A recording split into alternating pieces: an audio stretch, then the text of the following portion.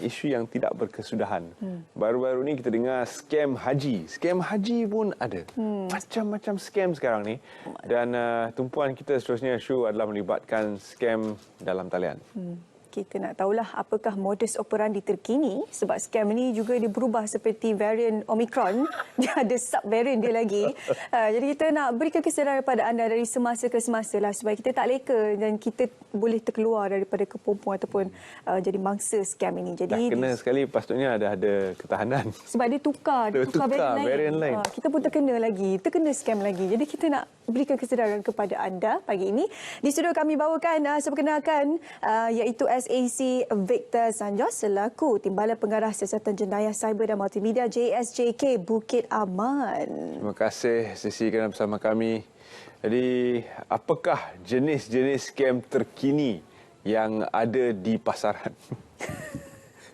So dan Terence, pertama sekali salam damai dan selamat pagi. Saya mengucapkan terima kasih kerana menjemput saya ke studio ini. Berbalik kepada scam ini tidak banyak berubah sebenarnya. Cuma mungkin taktik sahaja, yaitu untuk menipu lah. Yang pertama sekali, of course lah, Macau scam. Ataupun dalam kategori kita panggil telecommunication fraud lah. Atau panggilan penyamaran. Yang kedua, berkaitan dengan BEC, atau Business Email Compromise. Di mana satu syarikat pembayar ini menerima email, kemudian diarah untuk membuat pembayaran ke akaun lain.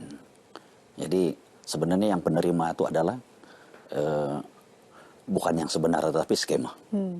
Yang ketiga ini berkaitan dengan love scam. Jadi masih ada lagi.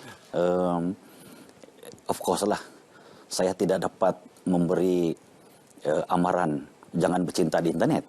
Nanti orang marah. Jadi ramai juga mereka yang berjaya. Betul. Ya? Tetapi itulah skemnya. Mungkin jangan bercinta dengan putera Nigeria, boleh kot. Sebab itulah email yang sama saja, yang tidak banyak diubah suai sebenarnya. Saya putera Nigeria, sekian, mempunyai duit sebanyak ini. Gambar dekat atas yacht. Macam-macam. Sekarang ada gambar sekali. Ada macam-macam sekarang ni kan, teknik berubah. Ya, banyak kaedah sebenarnya. Kemudian berkaitan dengan e-dagang ataupun pembelian barang-barang secara online ni lah. Dan ini yang meningkat sebenarnya, ekoran daripada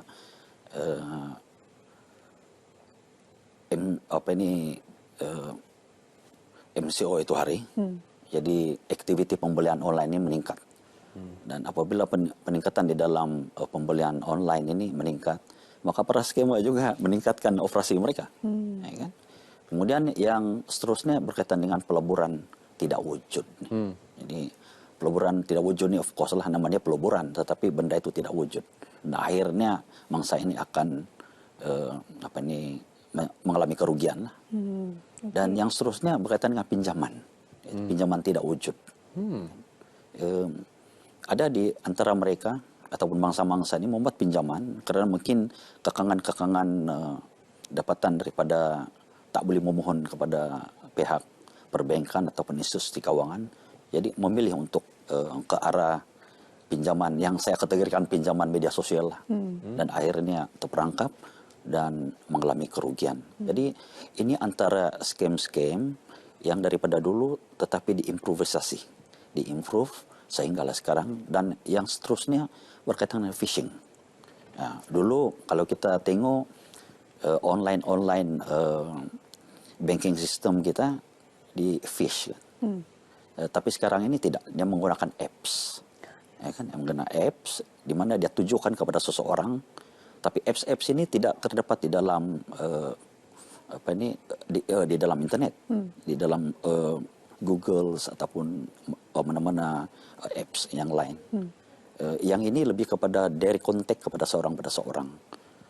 Skema meminta supaya download dan membuat pembelian di mana sudah tentu apabila kita membuat pembelian ini, username, password, nombor telefon, dan maklumat-maklumat pribadi kita masukkan di dalam apps ini. Dan apps ini sebenarnya bukan apps yang sebenar yang dimiliki oleh bank, tapi dimiliki oleh scammers. Jadi para scammers akan dapat maklumat ini dan menggunakan maklumat ini untuk mendapatkan duit-duit daripada bank-bank mereka. Jadi saya ini yang paling bahaya lah sebenarnya. Saya rasa apa yang Tuan kongsikan tadi itu link APK, selalunya mana-mana aplikasi yang kita ingin muat turun pastikan ia daripada kata App Store ataupun Google Play. Kalau mana-mana aplikasi yang muat turun daripada laman web ataupun laman seseorang itu sebenarnya tidak ori. Jadi bahaya, anda boleh terdedah dengan scam dan sebagainya kan.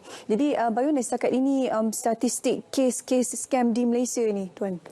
Kalau kita tengok berdasarkan kepada statistik yang kita kumpul daripada 2020 tahun 2020 sehinggalah tahun ini sehingga bulan lalu kita dapati bahawa peningkatan jenayah di dalam jenayah telekomunikasi ataupun makau scam itu yang pertama. Yang kedua oleh jenayah e-dagang sebagaimana yang saya sebutkan tadi. So, peningkatan aktiviti pembelian kan. Kemudian yang ketiga ni daripada pinjaman tidak wujud. Mungkinlah disebabkan kehilangan pekerjaan, perlu ada tanggungan, perlu ada bayaran, menyebabkan mereka memilih ataupun mereka terdesak untuk membuat pinjaman kan. So masuk ke internet simple saja, just type pinjaman atau loan, then everybody kita boleh dapat maklumat ini. Kemudian yang ketiga ni, yang keempat ni ialah tipu pelaburan dalam talian. Jadi offer-offer pelaburan ini memang banyak. Kan? Dan kalau mereka yang tidak berhati-hati ataupun tidak mempunyai pengetahuan dunia pelaburan, maka mereka terperangkap lah. Dan kadang-kadang ada juga kes-kes di mana kawan-kawan yang menjemput mereka sebenarnya.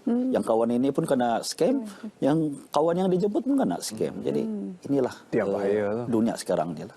Ya, kadang-kadang ada juga yang terlalu kerap diiklankan sehingga kita, pada pendapat saya rasa takut bila saya tengok sesuatu itu terlalu banyak diiklankan. Tambah lagi menggunakan selebriti dan sebagainya. Jadi mungkin kita nampak seolah-olah benda itu betul. Namun apabila kita melihat di sebaliknya, ia sekadar peranti yang perlu dimuat turun daripada sumber yang tidak diketahui. Jadi agak merisaukan. Namun terlalu mudah untuk mungkin menggunakan iklan sebegitu. Ada atau tidak undang-undang untuk menyekat keberadaan iklan-iklan sebegitu di atas talian? Sebenarnya banyak perkara-perkara berkaitan dengan perundangan ini perlu kita selidiki. Kalau iklan-iklan berkaitan dengan judi, memang ada undang-undang dia. Kan? Kalau iklan-iklan peleburan, memang di bawah akta-akta yang berkaitan. Tetapi kalau kita tahu bahawa itu adalah salah, dan mungkin kita boleh remove daripada media sosial. Dan baru-baru ini telah pun saya berbincang dengan Meta sebenarnya. Karena kita dapati bahawa yang disebut oleh Terence tadi berkaitan iklan. Iklan itu paling banyak di dalam media sosial FB atau Meta lah. Kan? Dan kita minta supaya mana-mana yang kita dapati bahawa ini mengundang kepada sesuatu jenayah, dan kita minta diorang remove. Tetapi untuk remove ini pun agak payah juga kerana ianya berdasarkan kepada perundangan di California, bukan perundangan kita. Jadi kita kena buktikan dia bahawa ada orang sudah tertipu, ada orang sudah membuat laporan polis, barulah mungkin pihak Meta dapat removekan benda-benda ini. Namun demikian banyak lagi sebenarnya kaedah-kaedah untuk kita nak removekan kan. Yang paling penting itu diri sendiri. Ya. Kesedaran bermula pada kita terlebih dahulu supaya tak terkena scam itu. Jadi itu satu sebabnya ada banyak kaedah yang sentiasa berevolusi untuk merangkap mangsa-mangsa ini. Untuk mereka yang sudah terkena, apakah antara langkah yang mereka boleh ambil selepas itu? Selalunya mereka yang terkena ni dia akan buat laporan polis. Jadi bila buat laporan polis, polis akan buka kertas siasatan. Biasanya di bawah section 420 lah, penipuan. Karena semua scam-scam ini adalah penipuan. Jadi selalunya kita memberi nasihat kepada dia lah, dan supaya sentiasa aware, sentiasa vigilant, sentiasa berhati-hati. Kemudian dia juga boleh kita beritahu, boleh sebagai wadah penyampai kita dalam kempen pencegahan jenayah. Karena orang yang mengalami saja yang tahu rasanya, kan? Dan dia mampu untuk memberikan keyakinan kepada kawan-kawan yang belum terkena. Dan itu yang kita harapkan sebenarnya, kan? Banyak kaedah sebenarnya. Salah satu kaedah itu ialah daripada kawan-kawan lah. Kawan-kawan yang terkena, kan, supaya dia masuk dalam grup. Kan sekarang ini dunia media sosial. Grup ini, grup itu, grup itu. Jadi dia boleh menyampaikan di dalam grup dan sekurang-kurangnya dia dapat melahirkan apa yang dia rasa. Ya kan? Bagaimana teknik-teknik scammers ini, penjenayah ini mempengaruhi ini. Tapi percayalah bahwa teknik-teknik ini sentiasa berubah. Itulah Kan? masalah. Berdasarkan kepada keadaan semasa. Kalau dulu contohnya Macau Scam. Macau Scam ini dia akan menggunakan jabatan-jabatan. Ya. LHD, Penguasa-penguasa daripada LHD, daripada polis, daripada immigration, daripada custom kan. Ya. Sekarang ini semua kita war-warkan kita. Kalau mangsa ini menerima ataupun sesiapa menerima panggilan jika menyebut perkara-perkara ini tak perlu layan kan. Jadi para skema pun tahu. Jadi dia ubah taktik, dia bertindak sebagai agent insurance. Of course lah dia kata saya daripada insurance. Saya dapati bahwa ada tuntutan-tuntutan kamu. Ya, betul. Kan? Tuntutan untuk kamu yang tidak betul. Jadi kita akan buat pendakwaan terhadap kamu. Tapi walau bagaimanapun kamu kena telepon. Dia minta supaya menelpon kononnya kepada mana-mana pegawai polis. Jadi dia bagilah nombor telefon ini. Tapi nombor tu pun scam juga. Oh, scam juga. Kita ingat betul lah ya. Kita ingat betul. Sebab dia angkat terus. Masa tu kita tahu dah dia bukan betul. Dan paling yang menakutkan kepada mangsa-mangsa ini apabila ini kata ya saya pegawai polis, saya inspektor ini, saya sarjan ini dan sebagainya. Semakan kita dapati bahwa memang Betul. Anda ini dalam siasatan kita akan ambil tindakan untuk tangkap ataupun dakwa ataupun yang paling menakutkan mereka ni. I believe siapa-siapa pun takut apabila akaun Anda akan dibekukan. Bayangkanlah kalau kita ada duit di dalam, kemudian kita dengar bahwa pegawai polis ini tadi ataupun penguasa ini tadi ingin membekukan. Jadi dia kata, tapi saya faham bahwa Anda tidak terlibat. Mungkin ada orang gunakan nama Anda dan sebagainya kan. So, bagi keselamatan, sila pergi ke bank, minta mangsa ini tadi buka satu akaun yang baru. Dan minta semua duit ini tadi pindahkan ke dalam akaun yang baru nih. Dengan syarat nombor telefon yang dimasukkan tu ialah nombor telefon skema. Dia kata ini adalah nombor aduan Anda. 01836511808. Misal kata lah. Jadi apabila kita dah serahkan maklumat ini kepada mereka dan pemindahan secara online, tag yang sepatutnya mangsa diterima, dia akan diterima oleh skema. Oh, seperti masuk nombor. Sebab dia dah masukkan nombor skema tadi. Dan akhirnya, mungkin 2 minggu, 3 minggu, dia pergi ke bank, cek, duit dah habis. Barulah datang buat laporan polis. So, ini yang paling kita risaukan sebenarnya. Jadi macam mana kita nak kenal pasti ni? Macam contoh kita tak ada ahli keluarga yang daripada penguatkuasa, kita tak tahu bagaimana SOP-nya. Macam mana untuk kita kesan? Dulu kan, bila dia kata kamu berhutang dengan pihak TM, sila dial nombor ini. Biasanya Syu, kalau kita dial pihak TM, bukan saya nak mengadu secara terbuka, tapi kalau kita dial TM tu untuk dia menjawab tu mengambil masa. Tapi menggunakan nombor yang diberi oleh scammer dia menjawab dengan terus serta-merta diangkat. Itu salah satu indikasi. Itu salah satu indikasi. Bagaimana antara indikasi lain tu? Jadi, berbalik kepada kita boleh tengok tips-tips dia sebenarnya. Kan kita kata red flag. Oh, okay, red flag. Apabila kawan kita tengok mengangkat telefon yang begitu panjang, sebab skema akan hold kita yang begitu panjang supaya dia beri arahan yang very spesifik kan. Ya. Dia pas ke orang lain, lain, betul. So, apabila kita melihat begitu, kita perlu tegur dia. Kita perlu breakkan komunikasi dia.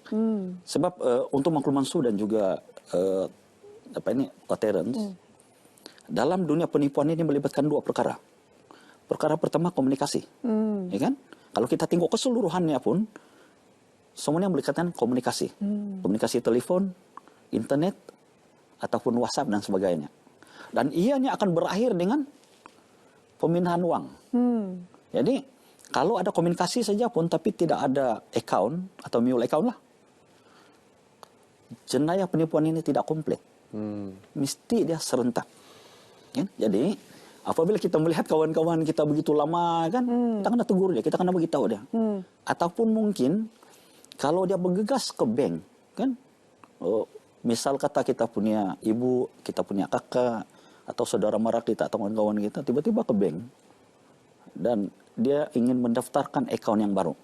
Mesti trigger dalam kepala kita, kata, ini mesti kena scam. Tapi ada juga case-case di mana kita terima, pihak bank memaklumkan kepada mangsa ini bahwa Anda telah kena scam, dia marah pada bank. Marah pada bank. Jadi kadang-kadang ini sifatnya manusia kan. Jadi itulah sebenarnya petua-petua dari red flag. Kalau kita tengok dia dalam telepon yang begitu kusyuk, yang begitu panjang dan menyendiri. Karena scammer ini akan kata, jangan beritahu pada orang lain, kan? Don't tell anybody. Sebab kalau kamu beritahu, kita akan tangkap you. Karena ini siasatan sulit. Tapi kadang-kadang Sisi, pihak scammer ni sudah ada banyak maklumat peribadi kita. Seperti nama, dia ada alamat lama. Mungkin bukan alamat terkini, tapi alamat lama. Bagaimana mereka mendapat maklumat-maklumat ini? Ini yang saya selalu perkatakan di di mana-mana conference sebenarnya, bahwa kita yang jual maklumat kita sebenarnya di mana-mana, ya kan?